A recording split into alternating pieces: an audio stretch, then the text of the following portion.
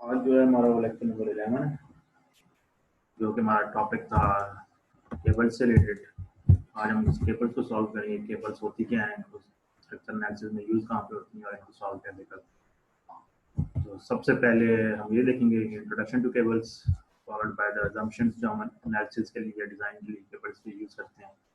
Then इसमें हमारे पास दो केसेस आ रहे होते हैं, cable subjected to concentrated load and cable subjected to uniformly distributed load या फिर यूडीएल। केबल्स के वीडीएल बहुत कम ना होने का चांस है, बल्कि होते ही नहीं है।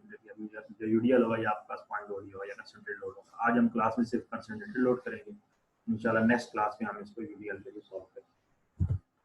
सबसे पहले केबल्स होती क्या है, जैसे आपको पता ही है, केबल्स आपकी प्योर टेंशन मेंबर हैं, मतलब ये आपका सिर्फ टेंशन ले सकते हैं, कंप्रेशन केबल में नहीं आ सकती, या फिर जीरो होती है आपके पास। और ये आपके किसी भी इंजीनियरिंग स्ट्रक्चर में यूज होती हैं लोड को ट्रांसफर करने के लिए, एक मेंबर से दूसरे मेंबर पे ट्रांसफर करती हैं लोड आपका।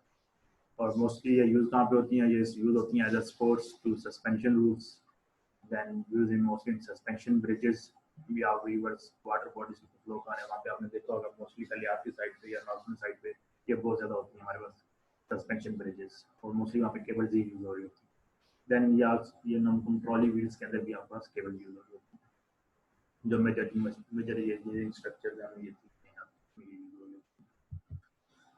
के फोर्स एनालिसिस के लिए हम क्या करते हैं कि जो भी वेट का केबल का अपना वेट होगा या सेल्फ वेट होगा, वो हम उसको हमेशा निगलेक्ट करते हैं कि केबल जब भी एनालिसिस करेंगे तो केबल का अपना वेट उसमें कंसीडर नहीं करेंगे, एक्सेप्ट जब इसको हम केबल को ट्रांसमिशन लाइंस के लिए या एंटीनास में यूज करते हैं, सिर्फ उस वक्त इसका वेट कंसीडर होगा, इसके अलावा यूज नहीं। फिर इस केस में आपको बताया था कि इसमें दो केस बनते हैं आपके पास, एक cable subjected to concentrated load and cable subjected to UDL load.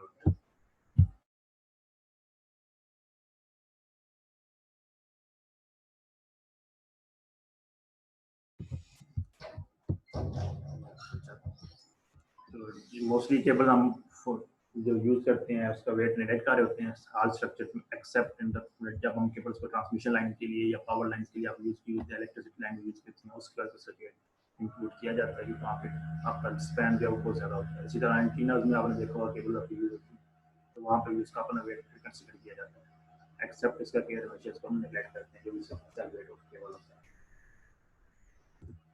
इसके अलावा इसके दो केसेस होते हैं, जैसे मैंने आपको पहले बताया कि यूडीएल के लिए होता है और एक आपका डिस्ट्रीब्यूटेड लोड या कंसंट्रेटेड लोड के लिए होता है। पॉइंट लोड होगा, फिक्स्ड लोड होगा और यूनिफॉर्मली डिस्ट्रीब्यूटेड लोड होगा। ये अजम्पशंस में मैंने एक आपको बता दिया कि इसका सेल वेट हम नेगलेक्ट करेंगे। दूसरी दो अजम्पशन होती हैं इसकी फ्लेक्सिबिलिटी से रिलेटेड और एक्सटेंसिबिलिटी से रिलेटेड। पहले हम अज्यूम करते हैं केबल आपकी जो है ये फ्लेक्सिबल है, परफेक्टली फ्लेक्सिबल है, मतलब केबल में अपनी कोई रेजिस्टेंस नहीं होगी, ना फिर शियर टुवर्ड्स शियर ना फिर टुवर्ड्स बेंडिंग होगी। और जो भी फोर्स एक्ट कर रही होगी केबल के ऊपर, जो लोड की वजह से एक्ट कर रहा है या विंड की वजह से लोड एक्ट कर रहा है या कोई इन्वायरमेंटल फोर्स वहाँ पे कर रही होगी केबल पे, तो केबल के ऊपर हमेशा उसके फिनिट्स पे एक्ट करेगी अलॉन्ग द लेंथ, जितनी भी होगी केबल के हमेशा उसके एक्ट। और दूसरा केबल आपकी इनएक्सटेंसिबल होगी, मतलब केबल की लेंथ कांस्टेंट रहेगी। तो केबल की लेंथ हम एनालिसिस से पहले लेंगे और आफ्टर फेलियर या उसका जब लोड अप्लाई नहीं होगा उस टाइप उसकी लेंथ सेम रहेगी।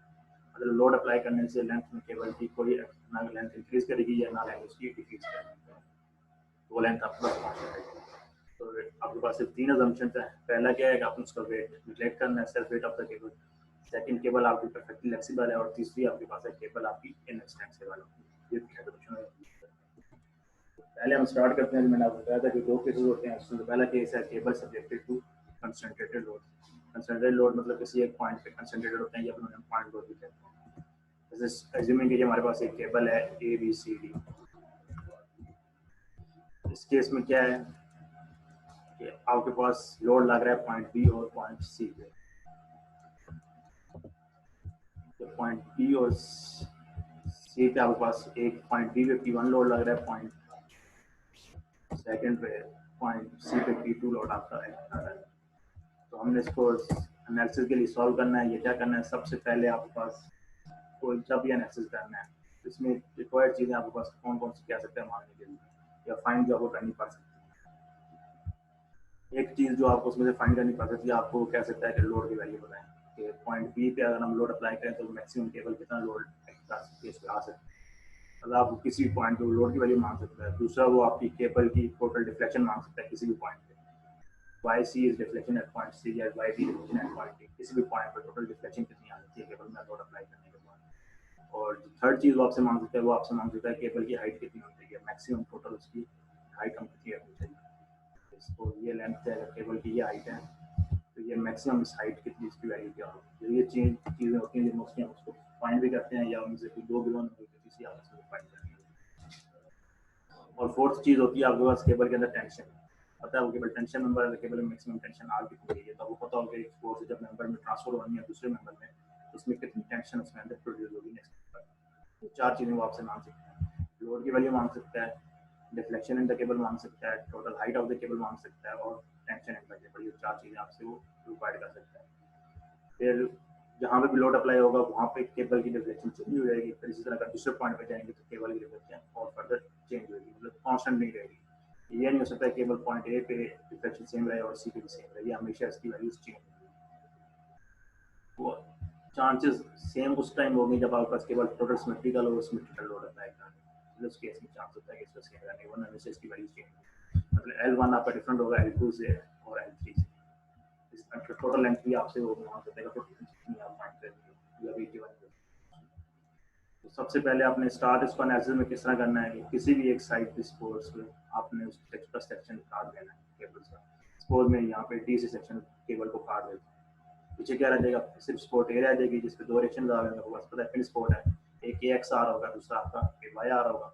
पॉइंट बी पे भी लोड है आपका, पॉइंट सी पे भी लोड है, पॉइंट डी पे क्या है आपका, यहाँ पे स्पोर्ट रिएक्शन नहीं आ रहा होगा, सिर्फ आपकी केबल में टेंशन आ रही होगी, तो कितनी होगी पी सी डी। अब सी पे मैंने टेंशन क्यों ली, क्योंकि जो टेंशन आपकी यहाँ पे सी पे एक साइड सी डी की तरफ जा रही होगी टेंशन, वो आपकी इक्वल होगी टू सी पी। तो तब जाके वो पॉइंट सी आपका पॉइंट पॉइंट पे जाके स्टेबल है, दोनों की टेंशन आपकी इक्वल है। हाँ उनकी वैल्यूज डिफरेंट होंगी, वो हम कैलकुलेशन में देखेंगे तो क्या। अब उसके बाद आपने एक इसके बाद ओरिजिन डिफाइन करना है आपको अपना, कि आपके पूरी एनालिसिस करना है तो बीम में आपने या केबल के अंदर आपने उसका ओरिजिन कहाँ पे रखना है। ओरिजिन मोस्टली रखा जाता है कि जहाँ पे केबल की स्लोप जीरो हो, जहाँ पे मतलब जीरो स्लोप आ रही है पूरी केबल में, तो वहाँ पे आपने उसका ओरिजिन डिफाइन करना है। तो ओरिजिन मोस्टली स्लोप जीरो कहाँ पे आती है, जहाँ पे केबल में मैक्सिमम डिफ्लेक्शन आ रही होती है, जहाँ पे मैक्सिमम डिफ्लेक्शन आ रही होगी वहाँ पे उसकी केबल की स्लोप जीरो होगी, तो वहाँ पे आपने ओरिजिन रख देना। जैसे मैंने यहाँ पे एक्स और वाई रख दिया, तो उसमें क्या होगा, सी डी आपकी क्वाड्रेंट फर्स्ट लाइन में लाई कर रही है, इसी तरह फिर जो आपका बी सी पॉइंट है वो आपका क्वाड्रेंट सेकंड में लाई कर रहा है, डी सी डी। और फिर आपका जिस तरह हमने कैसे सॉल्व करते हुए मेथड ऑफ जॉइंट्स किया था उस तरह इसको अप्लाई करेंगे। लोअर की जो अप्लाई होगा, एक question summation F X equal to 0 दूसरी summation F Y equal to 0 apply करेंगे, तो उसको सॉल्व करेंगे दोनों की वैल्यूज क्या। इसी तरह फिर पॉइंट बी पे जाएंगे, पॉइंट बी पे वही आपकी एक फोर्स आपकी बी सी की तरफ आ रही है, दूसरी आपकी टेंशन ए बी की तरफ जा रही है। फिर आपने इसको अभी सॉल्व करना है, इसकी एग्जांपल देख लेते हैं प्रैक्टिकल इसको सॉल्व करना कैसे।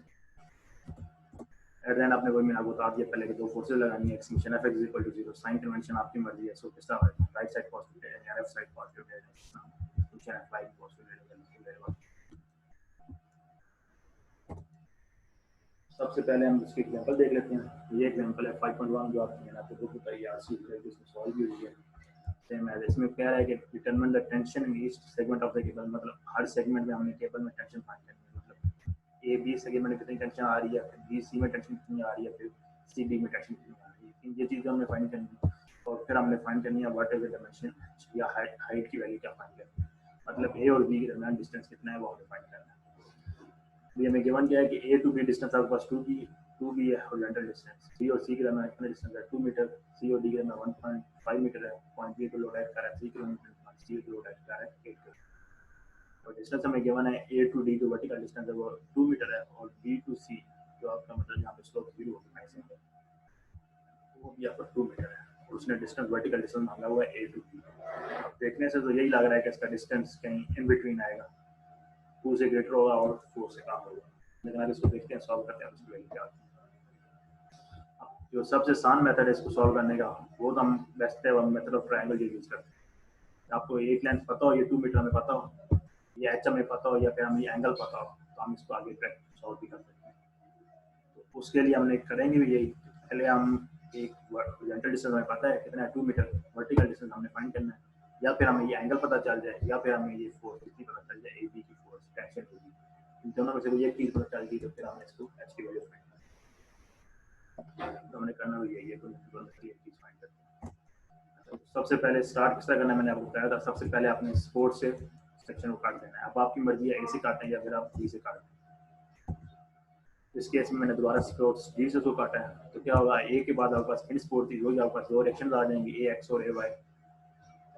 हम डायरेक्शन देख लो कि मैंने नेगेटिव की तरफ ए एक्स की डायरेक्शन खुद एज्यूम की, ये पॉजिटिव होगा। अब ये डिपेंड करता है कैलकुलेशन के बाद ये मेरी डायरेक्शन एग्जाम्पशन ठीक है या गलत है। उसके बाद जब हम डी से सेक्शन काट दिया तो आपस में क्या रहेगा, सिर्फ टी सी डी रह जाएगा, टेंशन इन सी डी आपको पास आ गई। और इसके अलावा आपको इसकी स्लोप अपने खुद फाइंड करनी है। स्लोप आपकी आती है किस तरह, जैसे ये आपको गिवन था, ये आपके पास कितना डिस्टेंस था 2 मीटर और 1.5 मीटर, और ये हाइट आपको गिवन थी इसकी 2 मीटर।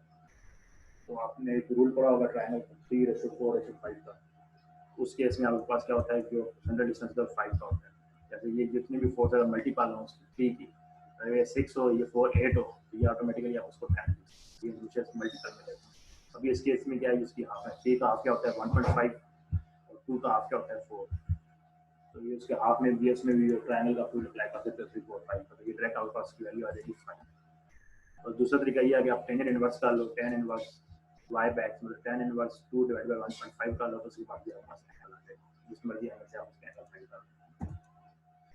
सबसे पहले हमने पॉइंट ए पे मोमेंट हमने जीरो लिया, ऑफ लिया यहाँ पॉइंट ए पे, उसमें हमारे पास फोर्सेस कौन सी आ रही थी, सी डी थी। अब ये देख रहे हैं ये इन द प्लेन लाइट आ रही है, तो इसके पास आपके पास दो कंपोनेंट होंगे, एक आपका एक्स में होगा, दूसरा आपका वाई में होगा। तो टी सी डी 3 into 5 करेंगे, 3 into 5 इंटू डिस्टेंस 2 मीटर, ये जो आपका डिस्टेंस है वर्टिकल डिस्टेंस, ये एक्स कंपोनेंट है उसके साथ में वाई 2 डिस्टेंस मिलता है। दूसरा उसका वर्टिकल डिस्टेंस अगर टी सी डी 4/5 ये साइन थीटा, उसका डिस्टेंस कितना बनता है 5.5 मीटर। 2 + 2 2 + 1.5 ये आपके पास कितना आ जाएगा 5.5 मीटर आ जाएगा टोटल डिस्टेंस। -3 जो डी में जो लोड लग रहा है, -3 × 2 -8 2.0 लोड लग रहा है इंटू 4 इसका डिस्टेंस फ्रॉम। तो सॉल्व करेंगे तो आपके पास टी सी डी की वैल्यू आ जाएगी 6.79। उसके बाद मैंने आपको बताया था हम बारी बारी पॉइंट से फोर्स अप्लाई करेंगे। पहले हम पॉइंट सी पे फोर्स पे हमारे पास वैल्यूज आ गई, टी सी डी की वैल्यू हमने कैलकुलेट कर लिया 6.79 किलो न्यूटन, स्लोप हमें पता है, और तीसरा पॉइंट सी पे क्या लगी है आपकी फोर्स लगी कितनी थी 8 किलो न्यूटन का लोड था। और एक दूसरी अननोन जो टेंशन फोर्स जा रही है वो पॉइंट बी जा रही थी, तो हमने क्या किया T C B. T C B क्यों क्या है, पॉइंट सी से हम बी की तरफ जा रहे हैं तो इसलिए सी बी होगा, यहाँ पे सी बी क्यों था, सी से हम बी की तरफ जा रहे हैं तो ये टी सी डी। अगर हम बी से सी की तरफ आ रहे हैं तो ये टी बी सी होगा। बाकी हमने फिर यहाँ पे करना अपने वो ये method of joint he apply करना है। पहले समीशन एफ एक्स इक्वल 0, जब एफ एक्स करेंगे तो उसमें कौन सी फोर्सेज लाई करेंगे, दोनों आपके टी सी डी का एक्स कंपोनेंट और टी सी बी का एक्स कंपोनेंट, तो क्या हो जाएगा 6.79 इंटू 3/5 जो cos theta B 3/5 minus T C B into cos theta B C, जो भी यहाँ पे इसका एंगल बनता है, क्योंकि हमें इसकी इतना हाइट पता है और वेंटल डिस्टेंस में पता है,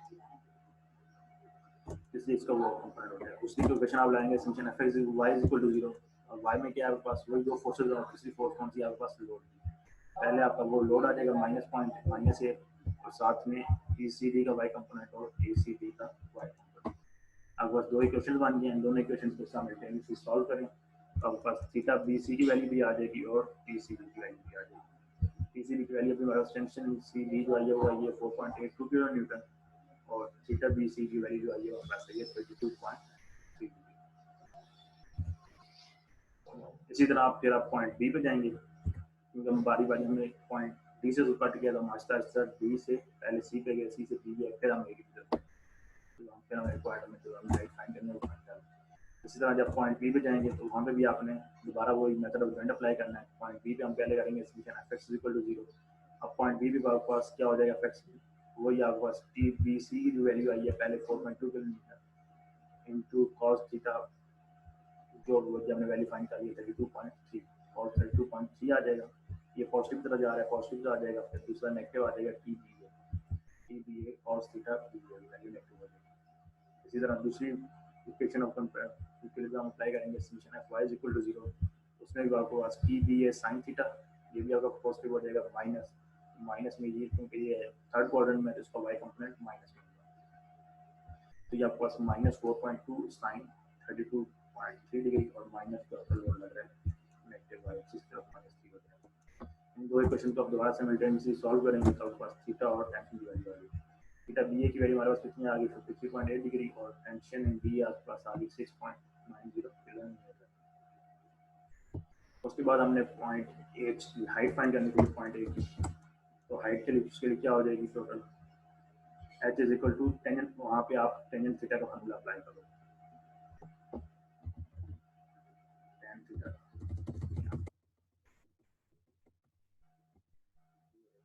यहाँ पे जब हम टेंजेंट अप्लाई फार्मूला अप्लाई करेंगे इस पे टेन थीटा का, तो इसमें क्या आ जाएगा, एक कंपोनेंट 2 है और दूसरा आपका h है, तो ये इस वैल्यू आपको थीटा बी ए की वैल्यू पता होनी चाहिए।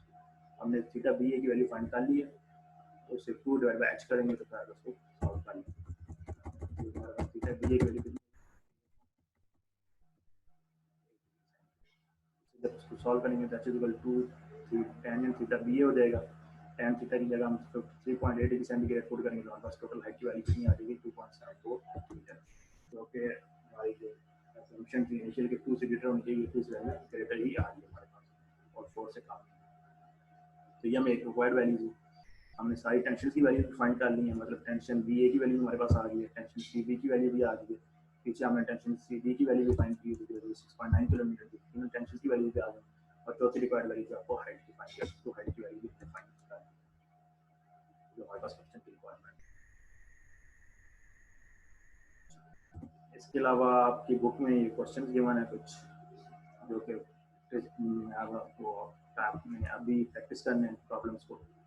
आपकी प्रॉब्लम 5.1 बुक का, इसी तरह 5.2 और 5.3 तीन प्रॉब्लम्स हैं।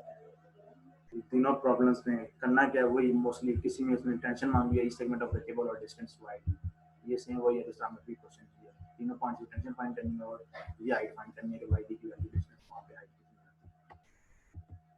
और इस तरह केबल 2 में उसमें कहा गया है, उसमें भी आपने maximum tension in the cable find करनी है और पॉइंट बी पे से कितना, मतलब पॉइंट बी की हाइट कितनी आती है, रिफ्लेक्शन कितनी आती है, वाई भी बेसिकली से भी कह सकते हैं, रिफ्लेक्शन भी कह सकते हैं या हाइट भी कह सकते हैं, तो वो आपने फाइंड करनी है पॉइंट बी पे। और इसके अलावा आपने मैक्सिमम टेंशन फाइंड करनी है। मैक्सिमम टेंशन कैसे पता चलेगी, हर केबल में बारी बारी इसकी वैल्यूज फाइंड करेंगे, tension A B T C और सी डी, तो जिसकी वैल्यू मैक्सिमम होगी वो आपके पास टेंशन। फिर इसी तरह पॉइंट ए भी आपका सेम वही, हाफ टेंशन में आपने केबल की हर सेगमेंट में आपने टेंशन फाइंड करनी है और टोटल केबल लेंथ फाइंड करनी है।